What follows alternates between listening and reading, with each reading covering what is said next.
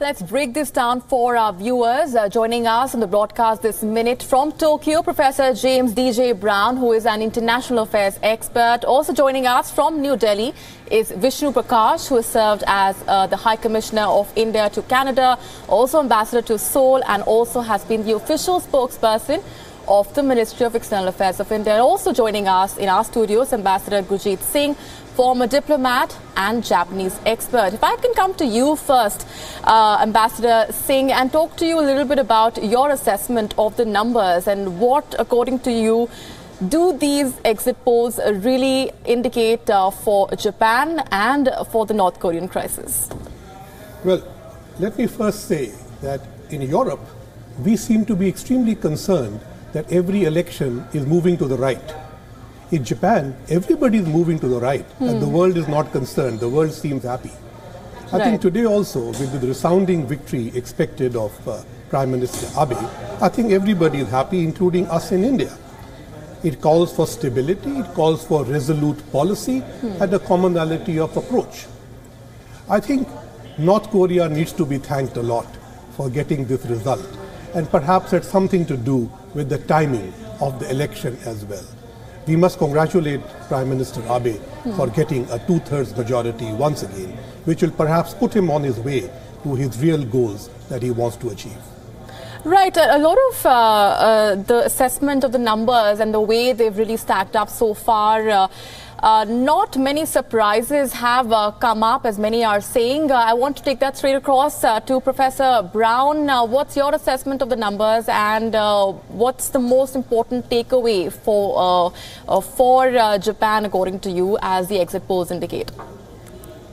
Well, first of all, on the numbers, this is pretty much what we've been expecting over the last few days. Just going back a couple of weeks, there were thoughts that perhaps the result could be completely different. But over recent days, the polls had been pointing towards a convincing victory for the LDP and their Komeito allies, and that seems to have been what's happened. Now, as to the reading of this, the implications, the main thing is going to be to do with the constitution. So the number to really watch now is, do the LDP and Komeito together get the two-thirds majority? Because if they do, then certainly going forward, Prime Minister Abe is going to concentrate on his long-held desire to revise the constitution.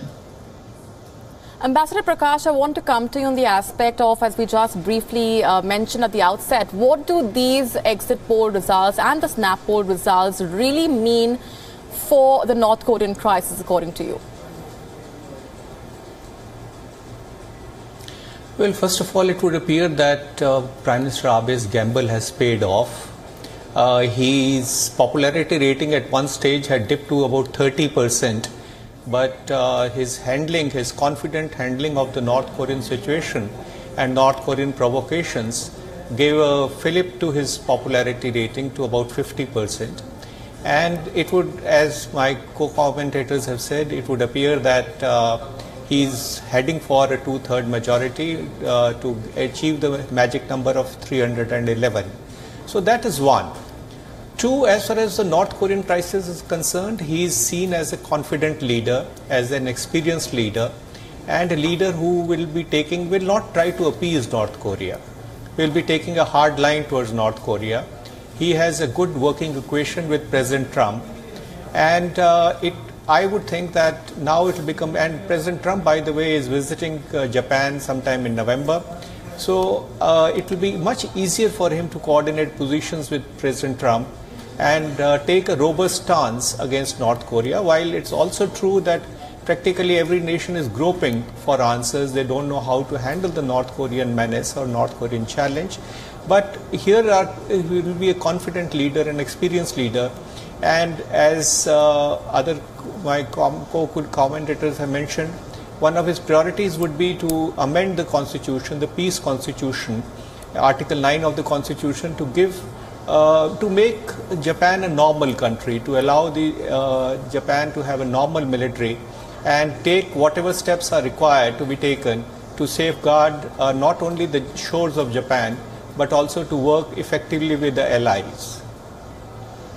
All right, also speaking a little bit about what this really means as far as amending the constitution is concerned. First of all, elaborate for our viewers, to what extent will this actually mean that Abe has the powers now to amend the constitution if he does win?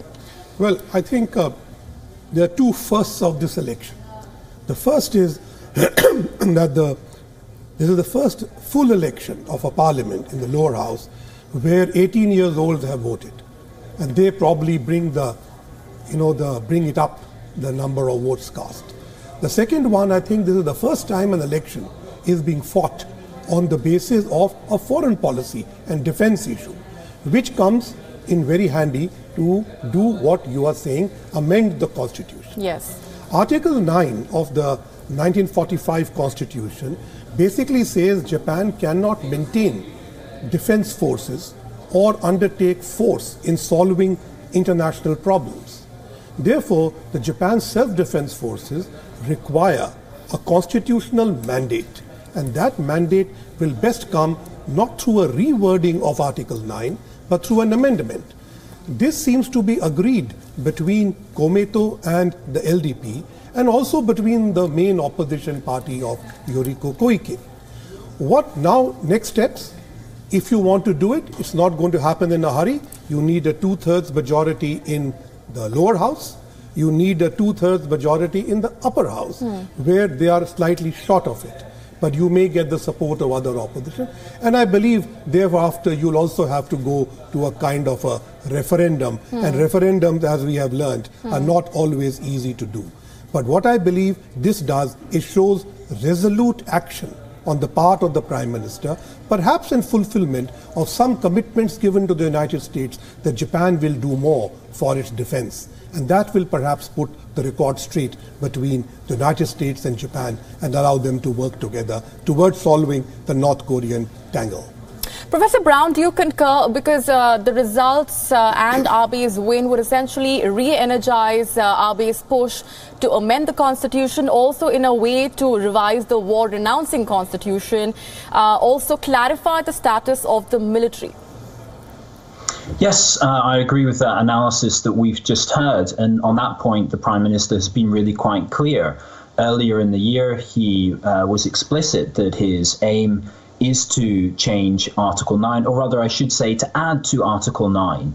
The proposal that he seems to favour is to add a third paragraph to Article 9, which explicitly recognises the constitutionality of the armed forces. So we shouldn't really exaggerate what Abe's plans are. He recognises that constitutional revision is enormously controversial within Japan, and he wants to make a change, but to begin with, at least, quite a minor change. He knows that this isn't going to be an easy process.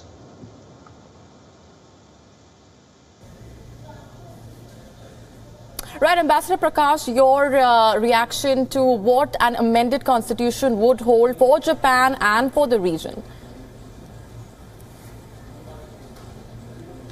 Well, it will enable Japan to defend itself and its allies more effectively. Let us step back a little. Let me recall that in 1991, during the Iraq War, Japan had contributed, 1991, that was 26 years ago, $13 billion to the war effort, to the war chest. And what did it get? It was only criticized. It was she was criticized for engaging in checkbook diplomacy.